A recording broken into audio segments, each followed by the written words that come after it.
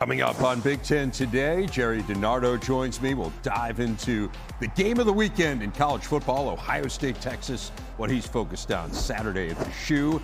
18 games in all this weekend starting tomorrow. We've got the key questions for a number of Big Ten teams as they head into week one. Plus, Wisconsin volleyball set to get going this weekend with a couple of high-profile games. Their coach, Kelly Sheffield, drops by for a chat.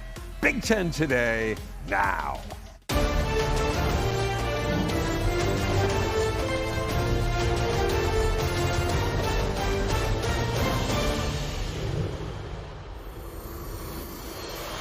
Welcome in. It is Big Ten today. We are presented by Taco Bell on this Wednesday. We are on college football eve here in the Big Ten as we dive into our 19th season of covering Big Ten football here at the Big Ten Network. And the guy who's been with me the entire way, one of the guys who's been with me the entire way, Jerry DiNardo, joining me now. And Coach, are you fired up to begin another season?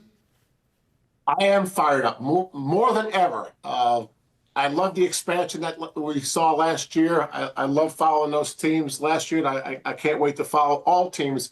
But again, the four new teams are really exciting. I know you got a chance to head out to camp. Interested to hear your thoughts on some of those teams as we move along here in the next hour. It doesn't take a genius to figure out what our big story is. It's our Taco Bell countdown to kickoff on the big board. You see 18 teams, 18 games in week one. Starts with 4 tomorrow night, including 2 here on the Big Ten Network. Rutgers and Ohio U, followed by Wisconsin and Miami of Ohio. Minnesota and Nebraska also play tomorrow. Illinois and Michigan State get going Friday. And a dozen games Saturday. We have Maryland, Purdue, defending Big Ten champ Oregon, USC, and Washington on our airwaves. And there might be just a little bit of focus in the college football world on that game between Ohio State and Texas. So, Jerry, let's start there. A rematch of the college football playoff semifinal from last year. So, interestingly enough, I mean, that was the last game that Texas played, and now it's their first game this year coming up here against the Buckeyes. Obviously, a ton of turnover. Ohio State sent 14 players to the NFL draft. Longhorns sent a dozen. But what role do you think that familiarity might play? Yeah, this is really an interesting game. You know, Harold Shelton, our research expert, this game was scheduled in 2012 to be played in 2022. Then in 2018, they moved it to 2025. And yet we may see more games like this as we go forward. One thing we know about Ohio State and all teams, you can lose a couple games and still win the national championship. I do think revenge will be denied as a motive by Texas, because coaches always deny revenge as a motive because they think it's a distraction. But you have to give a little bit, perhaps, of the emotional edge towards Texas. Ohio State, the bus tour, they're a talented team like they are every year. Julian Sayin playing his first game as a starter at Ohio State. That's always a game where perhaps you wish you were playing someone not quite as good as Texas. But it's going to be a great game. It's going to be the biggest game of the weekend. I think Ryan Day, you and I were visiting with him a lot, River, at the bus tour. He really has his team ready for this kind of opener, which is really, really unusual. But it's certainly going to be a great game. He's had incredible success in games like this. I mentioned this yesterday. He's 7-1 at home against top 10 teams in his time at Ohio State. And so you think about all those advantages of the game being in the shoe. You mentioned maybe Texas has a little bit of the motivation advantage. What about the quarterbacks here, Jerry? You talked about Julian Sayin, his first start. Arch Manning did start a couple of games last year when Quinn Ewers was hurt, but for all intents and purposes, I mean, this is his first big spotlight game too. You've been an offensive coordinator. You've been a head coach. How do you handle that with these young quarterbacks? Well, the one thing that you can't simulate during camp, now both these guys have had some reps, right? They're not true freshman quarterbacks like we're going to talk about as we go on in the show. The one thing you never know about a first-time starting quarterback is During camp, obviously he's not live, meaning that the defense can rush him, but they can't sack him, they can't hit him. So if I'm a quarterback in camp and I'm competing for a position, I know I'm going to be protected. So my eyes are always downfield into the secondary, into the linebacker zones to see where I should throw the ball. Once the game starts and you're live, if that vision goes from the secondary to the rush, then it's a problem. And it's something that you really don't know until you get a quarterback in a game and he's live against the pass rush. You don't know if he's going to be a great break contain guy. You don't know if he's going to stop looking downfield and worry about the rush. So any young quarterback, you have to go into the first game concerned about that and making sure that that's something you're watching early in the game. And Texas gets after the passer really well. And we were talking about the turnover on these teams, and there has been a lot, but Texas brings back a number of their key pass rushers, a group that really wreaked some havoc last year. So it'll be interesting to see how well Ohio State's offensive line handles it. And I think that was one of the interesting storylines about OSU as we kind of wrap up the conversation on this game here, Jerry. Last year, it felt like Ohio State's offensive line, during the middle of the year went through a little bit of a crisis. I mean, they had injury issues, and it felt like that might be their undoing. And then as the playoff went along, I kind of thought they got better and better. I know you always go to the offensive line very early on when we're at camp. What did you think of this group? Because they're going to be up for a huge challenge on Saturday. I've never seen an offensive line coached better than I watched when I was at camp. And here's why. Unlimited coaches now, right? It used to be 9 assistants or 10 assistants. Now it's unlimited. And most programs have 3 people perhaps assigned to the offensive line, 1 lead coach and 2 guys that will help them. Ohio State has 3 line coaches that are active the entire practice. It's not like there's a lead offensive line coach. I'm sure there is. But what they do so well is they break it down. So one coach might be coaching 4 people for 10, 15-minute block. So that's going to reap real benefits. I've seen 3 offensive line coaches, but 1 doing most of the coaching and the other 2 not doing much. At Ohio State, the day I was there, you were with me, there was 3 offensive line coaches coaching 3 or 4 players. It doesn't get any better than that, and they're talented. And so I would expect as we go forward, the Ohio State offensive line will always be a candidate for the Joe Moore Award, which is given to the best offensive line in the country. Well, can't wait. Can't wait to see that matchup. And clearly, we're going to talk a little bit more about it between now and Saturday. There's so many games to get into. So let's dive into some more, starting with one that's tomorrow night. It's another Big Ten team playing a power conference opponent, Nebraska and Cincinnati. This game's at Arrowhead Stadium in Kansas City. So that should help Nebraska. The proximity obviously favoring the Huskers. Offensively last year, we saw Nebraska struggle a little bit. They brought in Dana Holgorsen initially as a consultant. Now he's the first full-time offensive coordinator, I should say, for Nebraska. Going against the Cincinnati team under Scott Satterfield hadn't been great these first couple of years, winning just 8 games. What do you expect now with Holgorsen as the full-time guy running this offense? What do you think this is going to look like? Yeah, first of all, I think this is a great game for Nebraska. It's not at home. It's against a team, obviously, that you have to prepare for. I mean, Cincinnati is a good football program, and they will give Nebraska everything they have, especially early in the game. I find this really interesting, and this isn't a pun, but I wonder if Nebraska is running towards an offense that Wisconsin is running away from. I know it's not called the air raid in Lincoln, and they've kind of damage control that whole idea. But for Nebraska and Wisconsin, Nebraska to be a physical offense, the offensive line has to be physical. And regardless of run-pass ratio, let's say they throw the ball 50% of the time and run the ball 50% of the time. That doesn't mean that you're a physical offense. It's the blocking schemes of these teams that make you a physical offense and helps your defense. So my point is, if they're going to be zone right, zone left, like Wisconsin was for the last 2 years. So now I'm saying if Nebraska does that type of run game and there's no gap schemes and there's no double teams at the point of attack, regardless of the run pass ratio, they're not going to be a physical offense and their defense isn't going to be a physical defense. So I say all that to say we don't really know if this is going to be a physical Nebraska offense. Just because they call a lot of runs or equal amount of runs doesn't really mean they might be. So I think the storyline going in there, other than Dylan Raiola going into a second year, is what does the offensive line play look like? And if it's gap schemes, if it's counter plays, if it's those type of things, then I think it's close to what Nebraska has always been.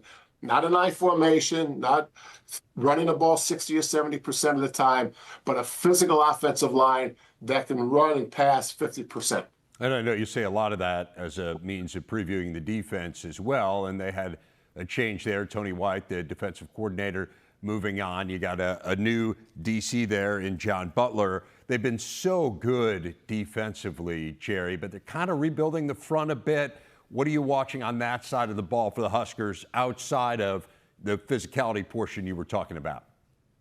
Right. I wasn't at camp, but you obviously was. So I don't have a good feel for their defensive front. I do know that the defensive front gets their personality from the offensive front, because they will go against their own offensive line more than they will go against any other offensive line during the season when you look at spring practice, preseason, and getting ready for the first game. So don't have a great feel for their defense. Tony White did a terrific job. Coach Butler's a really good coach. I'm guessing they're not going to change all that much, but as you say, they'll have a good defense at the end of the day at Nebraska. It should be an interesting test for them, and of course, one of the big storylines is going to be, if it's a close game, does Nebraska pull it out? It feels like we've been talking about that as a storyline for the better part of the last decade, but 3-10, as we know, in one-score games under Matt Rule. Win some of those games this year, and you could have the kind of season they're talking about in Lincoln. He's increased by 4 wins each of his first 2 stops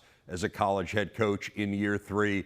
That would be 11 wins for Nebraska this year, and that would mean you're playing in the college football playoff. The Big Ten starting this season with 6 ranked teams. We already talked about the Buckeyes. Penn State is the highest ranked at number 2. That's their best preseason ranking since 1997. Defending Big Ten champ Oregon also in the top 10. You got Illinois at 12, highest preseason ranking this century for the Illini. Michigan's 14 and Indiana 20. So let's run through the season opening thoughts and season opening matchups for those other ranked teams aside from the Buckeyes. Penn State gets Nevada, and again, this is not the most difficult non-conference schedule for the Nittany Lions. They have FIU and Villanova to follow in the non-conference. We had a chance to see them in camp. I think among the big storylines is Jim Knowles coming in as the defensive coordinator. We know about the return of all the star power on this team and the massive expectations. What stood out as you watched him, Jerry?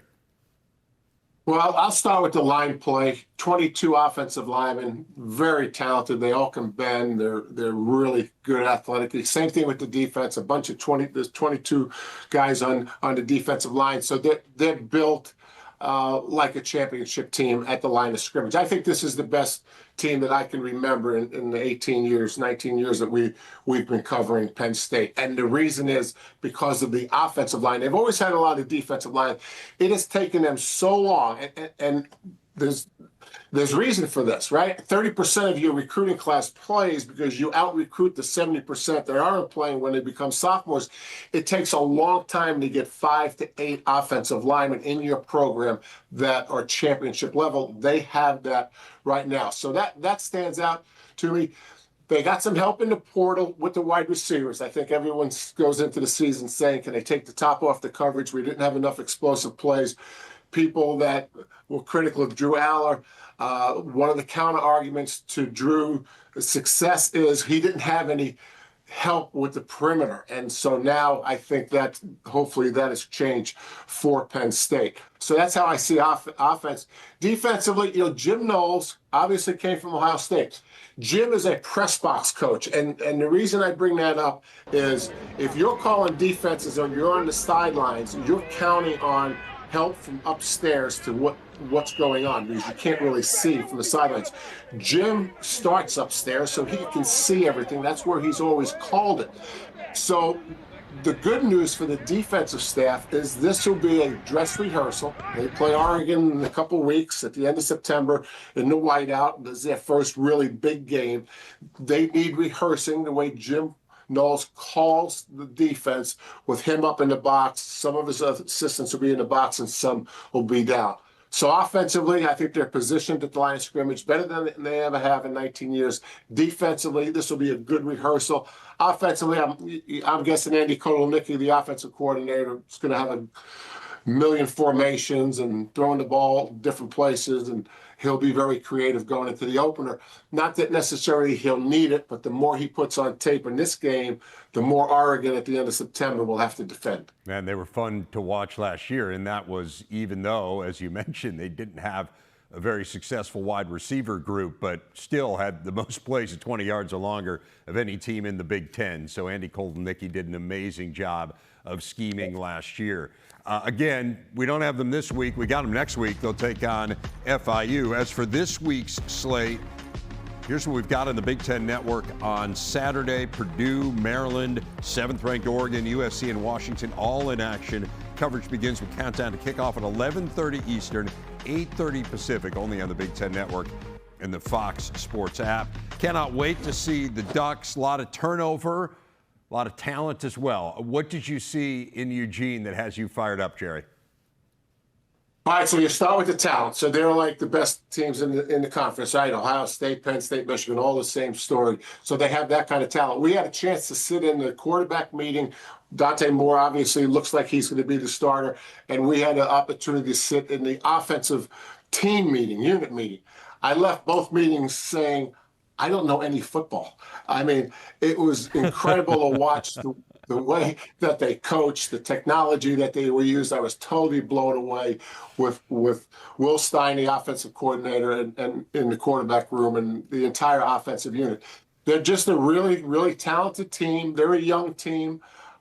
Quarterback again, until you play a game and make sure that the quarterback's constantly going to be looking downfield instead of worrying about the rush, we don't know what a young quarterback will do. But they're certainly, as advertised, will compete for the championship. I'm really interested in this opener. Montana State was a really good team a year ago, to the tune of they were undefeated until playing in the national championship game in FCS. They lost that game. Remember, Idaho gave Oregon everything they could handle last year. So pretty intriguing opening game coming up Saturday here on the Big Ten Network. How about Illinois? A massive excitement around the Fighting Illini. They have struggled in this century to follow up a good season with another good season. And so Brett Bielema trying to do that, trying to kind of buck their history a little bit. I know you got to spend a lot of time down there. They always really open the doors to us in Champaign. What did you learn about the Illini, and what do you think about this team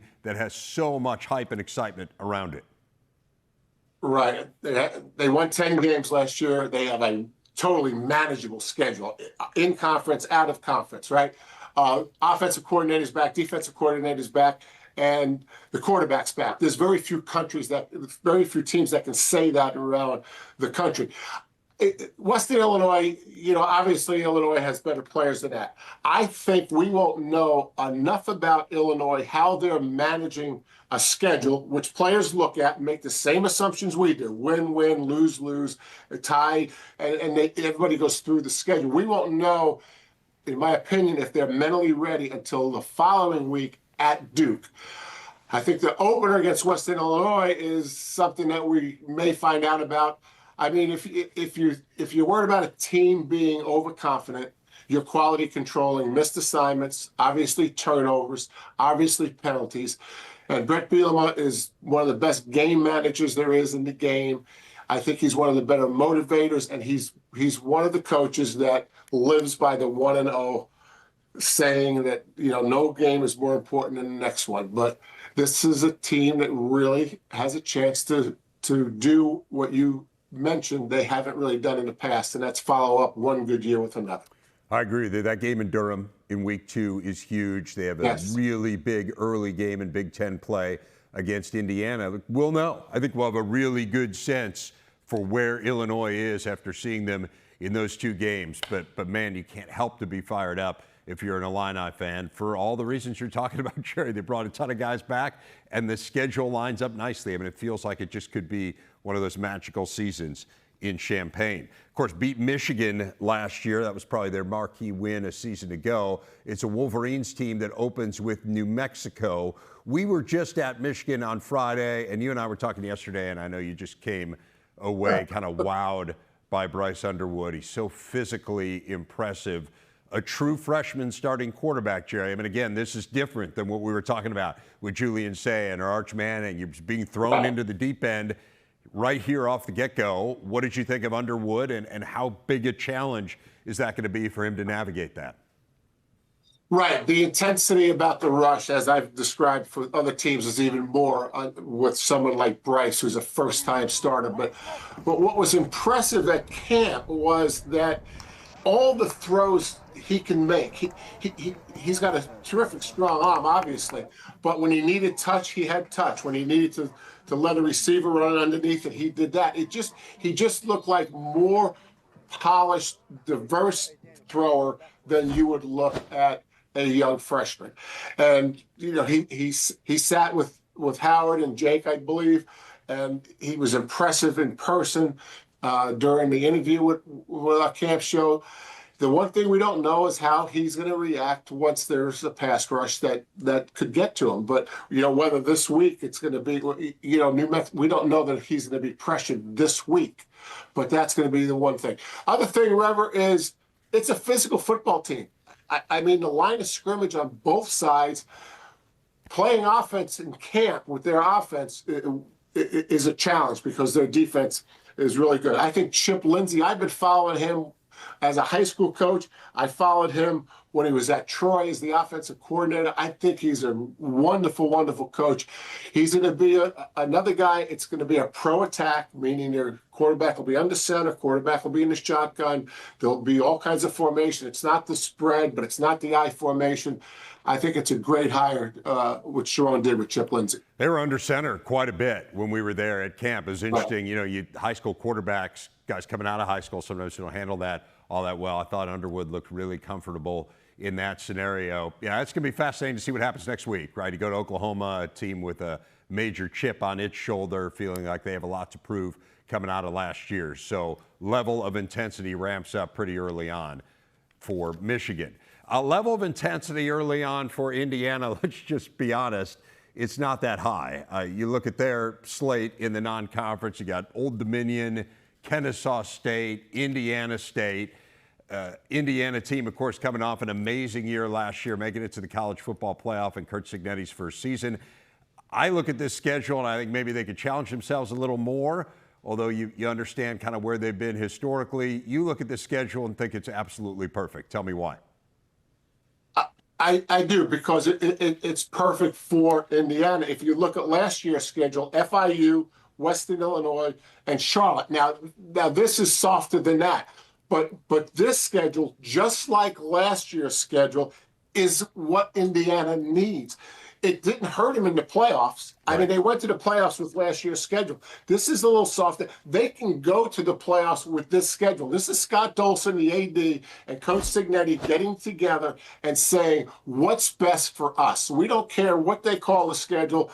We'll take all the criticism.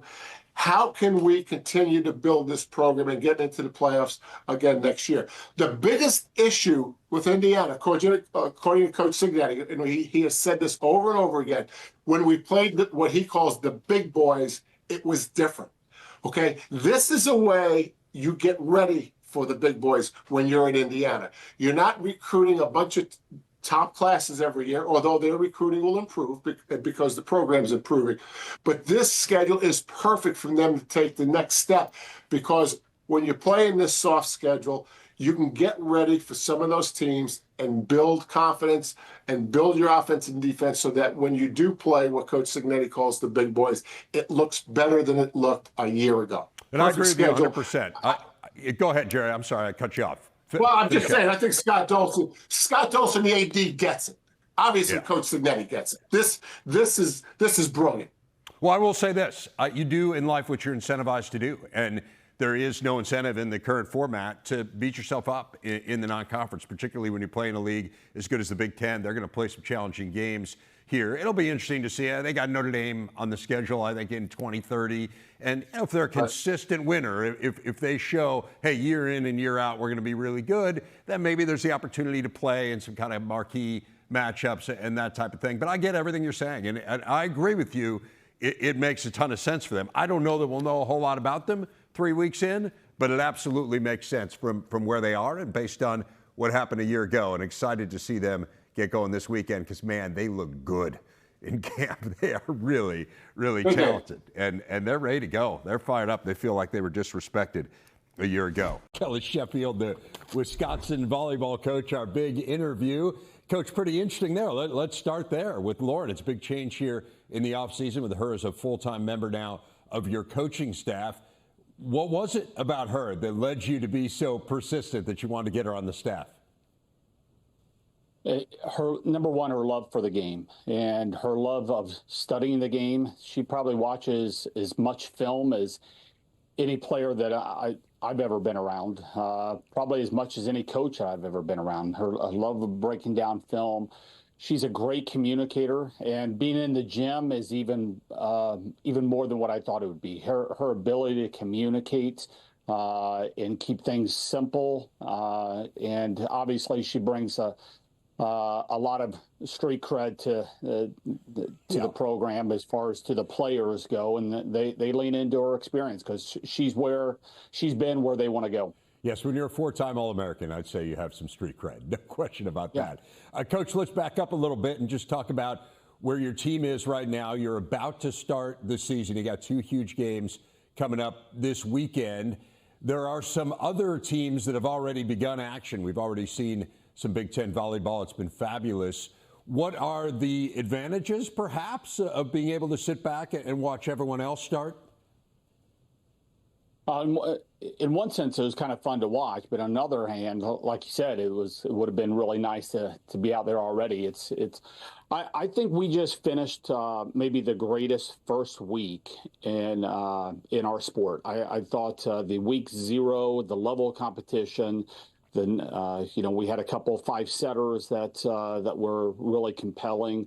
And the other thing in our sport is you're getting the best teams that are willing to go out there and play each other. And I think that kind of makes this sport really, really unique. It's not just one or two of these matchups. You see them all over the place. And we're going into our opening weekend, and that's what we've got in front of us. We've got an elite Kansas team that have already played 10 sets. They played 2 5-setters already, so there's obviously they've been able to work out some of the bugs there, and and then about 36 hours later, we've got an elite Texas squad coming in. You mentioned these teams playing one another, and you guys are a prime example, and you do this every year where you play high-profile games from the get-go. And we'll talk a little bit about your team, but obviously you lost some high-profile players from a year ago. What's the trade-off there? I mean, the notion of kind of saying, hey, we're going to dive into the deep end and see what we have, because I do think it's a great feature of the sport. I mean, man, there was so much excitement and so much buzz about college volleyball here this week. Obviously, we looked at it from the Big Ten point of view, but not just the Big Ten, all over the country. What's kind of that trade-off for you as a coach of saying, okay, like we've got some unknowns, but we're going to dive in, we're going to play elite teams right away?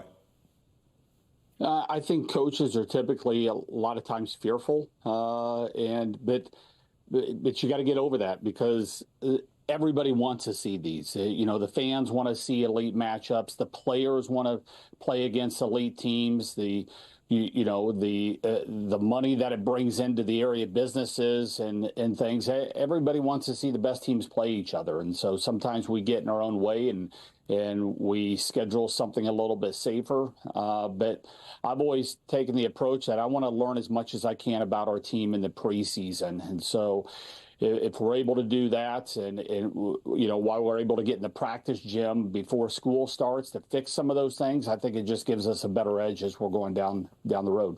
Well, let's focus on your team. Just 2 returning starters for you. You have 10 newcomers. 5 of them are transfers. What are the biggest questions that you have about your team as you head into these 2 huge matchups this weekend? A lot of questions, but that's part of the fun. That's part of the joy, right? Is They haven't worked through hard things together yet, and so we're certainly going to be learning a lot. We've got some elite All-American players in Carter Booth that's going to her third year, her last year as a college volleyball player. And you've got Charlie Furbringer, that is a returning All-American setter going into her sophomore year, and Mimi Collier, that is, one of the top outsides in the country. And so those are three really good experienced players. And, then we're kind of building hopefully some exciting players around them. But it's all got to come together. And that's what I'm looking forward to seeing us and in watching how we battle, how we problem solve. The coming together part is so interesting. How do you build chemistry on a team where you have so much turnover? Yeah, I mean, it's everything, right? It's off the court. It's what is going to bind us together. What are our standards going to be? Having fun together, learning together, and then on the court, who's going to be the voices? Where's our leaders coming from? Who are those players that when you walk down a dark alley or against a tough opponent that you look to them and you're like, all right, we're all good here. Yeah. Their confidence rubs off on everybody. Those are the things that we're trying to learn, and I think our fan base is going to have so much fun watching this team grow. It doesn't mean that we don't have we start with a lot of talent. That's an easy place to start from, but I think our fans are really going to enjoy watching this team grow as we're moving through this season. I'm guessing that everyone who talks to you, Coach, asks you some variation on the question, how do you replace Sarah Franklin? So I do not claim to be an original interviewer when it comes to these things, so I'm going to ask you exactly that question. She's two-time Big Ten Player of the Year. How do you replace Sarah Franklin? Yeah, I don't know if you can, and I don't know if we necessarily were. There's not Sarah Franklins. You don't have Anna Smrek's. You don't have those players growing on trees. But getting a Mimi Collier certainly helps. Her game is probably about as close, and in some ways better. There's other ways that Sarah. Both of them are elite players. Both of them are elite tacklers, elite arms, elite competitors. And so we were really, really fortunate to be able to get somebody like Mimi to come in here for our last year. I do want to ask you a little bit about the matchups this weekend. You were talking about Kansas, and we saw them play. I mean, man, they gave Penn State everything they could handle. It's just a fabulous match. So I know on one hand, and you kind of said it, hey, they got 10 sets now that they've already played that you guys haven't played. So clearly there's an advantage there for them. But how about the advantage for you, especially in this portal era, and there's just so many players changing places, to kind of know what they have? Like, what did you learn about Kansas that maybe they haven't been able to learn about you, frankly? I mean, you're right. We're sitting there going, man, what a huge advantage they've got of being able to play two matches in front of a crowd. And I'm sure they're sitting over there saying, what a huge advantage that they're able to watch us play, and we've got nothing on them. The bottom line, when that ball gets up there, you've got to play clean. And Matt did a great job of taking over that program and keeping some talent, but also bringing some elite talent in. It was really tough. You don't really see what he did in the first two matches. You don't really see that too often. He went with two different setters, both elite setters. He went with four different outside hitters in those two matches. Changed his DSs up from match to match. You typically don't see that kind of depth and range after two matches, especially when you win the first one. So there's a lot to prepare for, certainly, but we're also, I think a philosophy of ours is it's early matches. It's more about us than it is about our opponents. So we'll give our players a little bit about them, but the focus is certainly going to be on the Badgers. Coach, I want to leave you with this, and I feel like I ask you some variation on this every single time we talk, but it just strikes me, 13 years now at Wisconsin, you think about where this sport was when you took over and then where it is now. And you were already talking about the excitement around this opening week of volleyball nationally. Like, what goes through your mind when you see what the sport has become?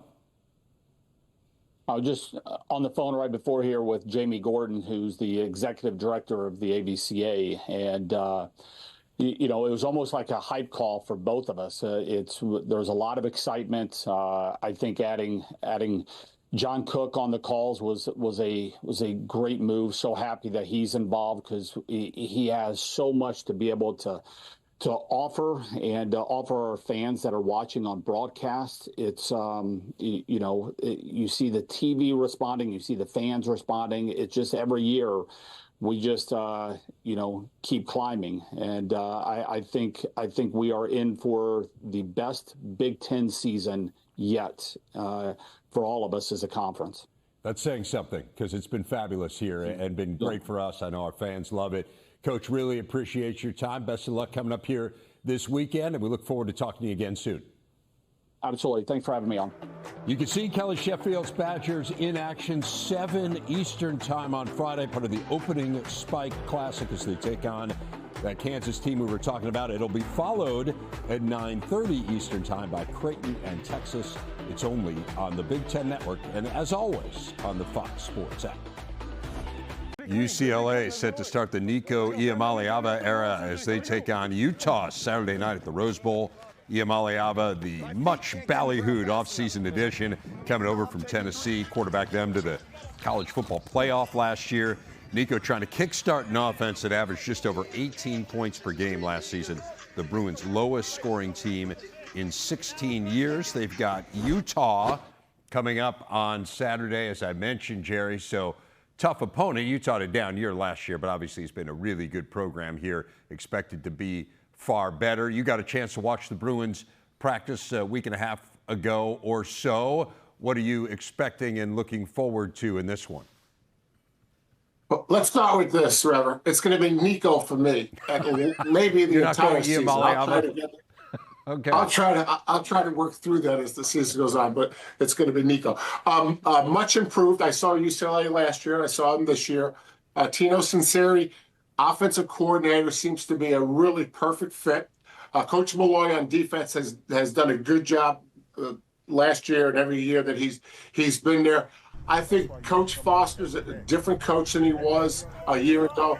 To go from a position coach to a head coach, not being a coordinator, and getting the job in an unusual time when Chip Kelly left to go to Ohio State. I think Coach Foster has done an incredible job in a quick, tough year. He spoke to the team at the end of practice, and he wasn't happy about practice. And he made it very clear he wasn't happy about that practice. A year ago, I don't feel like he had that presence yet to do something like that. So I think his growth has been sensational. They're a better team. I'm not a big fan of this game. I think Utah is one of the better teams in their league. And, I wish he had a little bit better of an opener, but he's got to play the game, obviously. It is a challenging one, no doubt. I'd say Northwestern has a really challenging opener as well. They're taking on Tulane. When you talk about teams kind of on that short list to be the team from outside the power conferences that make it to the college football playoff, Tulane is one of the teams that's mentioned, usually toward the very beginning. You add in the fact that it is a road game, that it's going to be played at 11 o'clock in the morning, local time. You know quite well the heat and the humidity in Louisiana. This is a challenging game for David Braun and company, and yet I know they feel good about some of the additions that they have made here. What are you looking to see from the Cats as they take on the Green Wave? Yeah, I don't like anything about this game other than, the food, but I'm not going. So there's really nothing. This is David Braun's third year. And usually when someone is a defensive coordinator and gets a head coaching job, it takes them 2 or 3 years to kind of move towards the offense. The offense controls the game. And so I would think Coach Braun is getting to that point if he hasn't already gotten there, because that's what you need to manage a program like Northwestern, especially going to Tulane. I didn't go to camp. I know you did, so I don't really know. I think you were really impressed with Preston Stone, the quarterback. And if he is as good as you think he is, that's obviously going to be a big improvement from the last couple of years. Yeah, they were top, bottom 10, I should say, in the nation in scoring and passing efficiency last year. So they need to get better. Preston Stone is a huge upgrade at the quarterback position, no question about that. It'll be interesting to see if some wide receivers can emerge. That group wasn't standing out in quite the same way that Stone did when we were at practice. We'll learn a lot, though, about the Cats coming up here this weekend. Tomorrow, football returns with a doubleheader of action as Rutgers hosts Ohio U. It's followed by Wisconsin against Miami of Ohio. Pre-game coverage begins at 5:30 Eastern, 2:30 Pacific, only on the Big Ten Network and the Fox Sports app. And those are two pretty good MAC teams there in Ohio and Miami. They actually played for the MAC championship last year, and that's kind of a theme with Rutgers, Jerry. This is a very difficult schedule. They got 12 games, obviously, on the regular season schedule, as everyone does in the Big Ten. 8 of them are against teams that won 8 or more games last year, starting with the Bobcats. So schedule's tough, but I know you think the team is pretty good that Greg Schiano's put together. I think this is Greg's best team or most talented team. We won't know if it's his best team until the season's over. There's a lot of reasons to get off to a fast start. First game, Ohio's a really good team, first of all. And if you look at their conference schedule, and you've already mentioned this, the ones that jumped out at me, Iowa, Oregon, Illinois, Ohio State, Penn State. I mean, that's a tough go in the conference. So when you're in Greg Schiano's position, the matchup opponents, meaning teams that are similar to you in talent, are really the most critical games. And you've got to manage your schedule so your team, in my opinion, is in the best shape for your matchup opponents.